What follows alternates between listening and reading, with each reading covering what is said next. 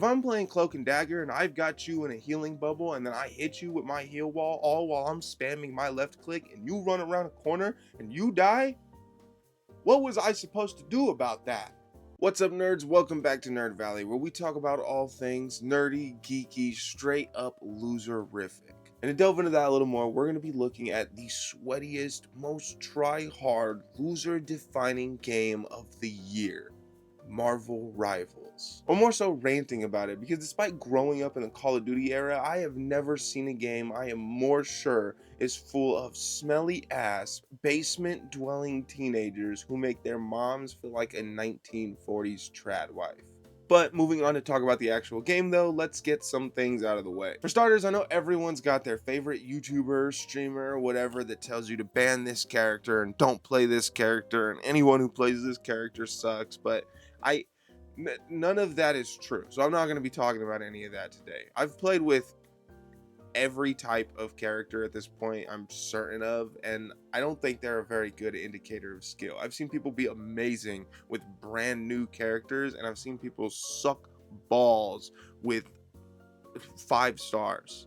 It might seem easy to suck with a character that's hard to play, but if you are picking a 5-star character in a competitive match, know how to fucking play it. But that's the thing though, a lot of people suck, a lot of people are really good, and some people are mediocre, which is kind of the second thing I want to touch on. Marvel Rivals is unique in this genre of gaming in the fact that it attracts 2 very different kinds of fans. On one hand, you've got try-hard competitive gaming fans who seem to think that the guy on the other end is actually going to get to fuck their mom if they go down a rank. Then on the other hand, you've got people who are more so just fans of the MCU and the comics. They don't really get into competitive gaming, and so they are going to only play the specific character they are a die-hard fan of, even if they suck at said specific character, and only in my ranked matches. Now look, I already said I don't want to talk shit, but I'm willing to bet money that when I was saying that, 90% of you were thinking of a DPS. Matter of fact, I will bet even more money that at least 90% of that 90% were thinking about Punisher. But that's what everyone has to understand about the game. Most of the player base is split right down the middle, so you've got a side with people that are just going to want to play their favorite character, and a side with people that are just kind of bored of Overwatch and getting fucked around by Blizzard. So for people like me that mostly fall into the mediocre category, the matchmaking doesn't feel very fucking consistent.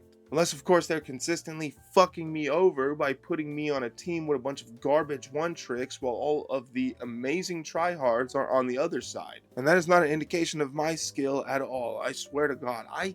I've got more heals than the other healer. Fuck you, healer diff. My third and last point, though, I absolutely need people to understand is this video is mostly just satire. This is just a game, and it doesn't actually have any bearing on any of our lives, so there is no reason to get all hung up on anything that gets said or anything that happens on it. Alright, now that we've got all of my post-loss affirmations out of the way, let's get into this.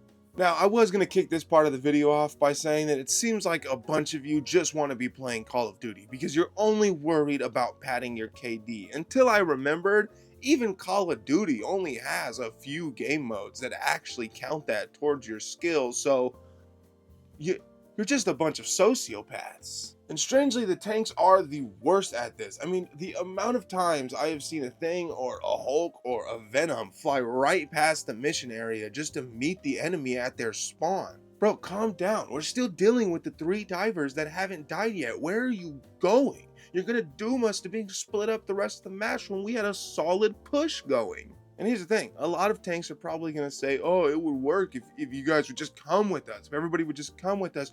No, it wouldn't, at least not every time. On the vehicle missions, that bitch does not move unless we are on top of it. It might work for capturing a mission area because once you get it, it just keeps charging up, but you have to get it first. You can't just go flying past it when it's still locked.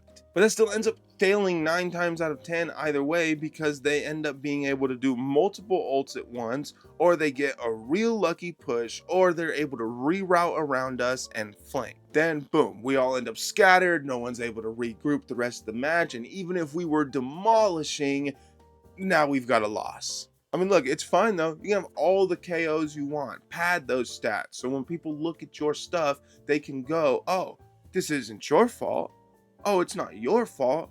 Because look at how many kills you've got. Look at the little amount of deaths you got. Look at your KD ratio. This couldn't have been your fault. But then watch the replay and see how many times they were actually on the fucking mission area. But it isn't just tanks getting a kill boner and deciding to use it on themselves. No, DPS have their own little version of this as well, which is generally when they get so bloodlusted at taking out an enemy who's at low health that they end up chasing them into a death trap. Some examples are like when a Punisher decides to chase an Iron Man all the way back to spawn, or when a Punisher decides to chase a Psylocke into a tight hallway with a stim pack that she, of course, grabbed first, or when a Punisher decides to chase a Venom anywhere alone, and then that Venom pops their little shield ability and takes him out. What pisses me off, especially mainly being a support player, is that after these kinds of matches, all these dumbass players are gonna hop in the chat and go, oh, it's a healer diff.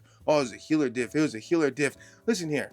If I'm playing Cloak and Dagger and I've got you in a healing bubble and then I hit you with my heal wall all while I'm spamming my left click and you run around a corner and you die, what was I supposed to do about that?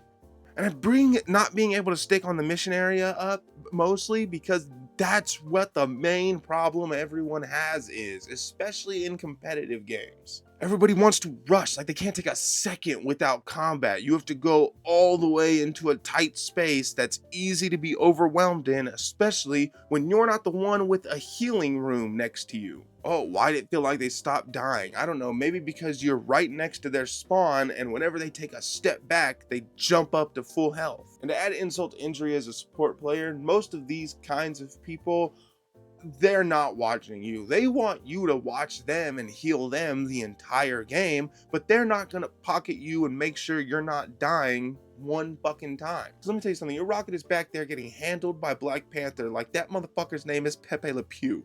But for real, if you expect the healer to pocket you the entire match, then the least you can do is at least turn around once in a while and make sure they're not getting dove on. Also, just because they feel safe in the beginning doesn't mean that they're going to stay that way, because the amount of games I've had completely turned over when 3 of the enemy players decided to switch to heal divers and we just could never figure it out. They just could never get them off of our ass. If you hear Wolverine or Psylocke ult and you don't see them, turn around, because your healers are dying. Speaking of ults though, that's another big issue separate from team playing. This one mainly seems to be on the supports rather than the other two, but seriously, the timing of some of your ults is fucking atrocious. The amount of times I have seen a Rocket throw out their CYA when nobody is around.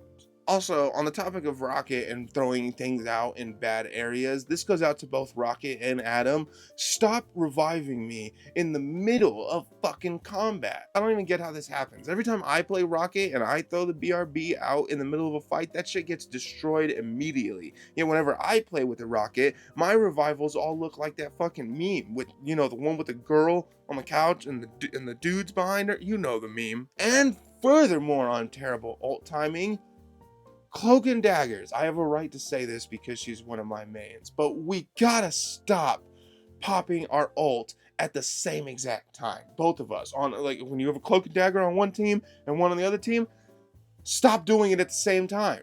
You just made any possible effect null and void. Everyone in the mission area is just Schrodinger's cat now. They're all healing and dying at the same exact time, and they're terrified that nothing is happening to them. However, the worst part about losing these games isn't going down a rank or anything like that. It's listening to a bunch of whiny ass sweats yell into their fucking mic. It's always us Spider-Man that went negative and was never on the fucking mission area too. That's pretty much it for my little rant though, guys. I hope you had a good time listening to it, I guess. Let me know anything that really grinds your gears about this game in the comments below. And don't forget to like and subscribe. Alright. Later, nerds.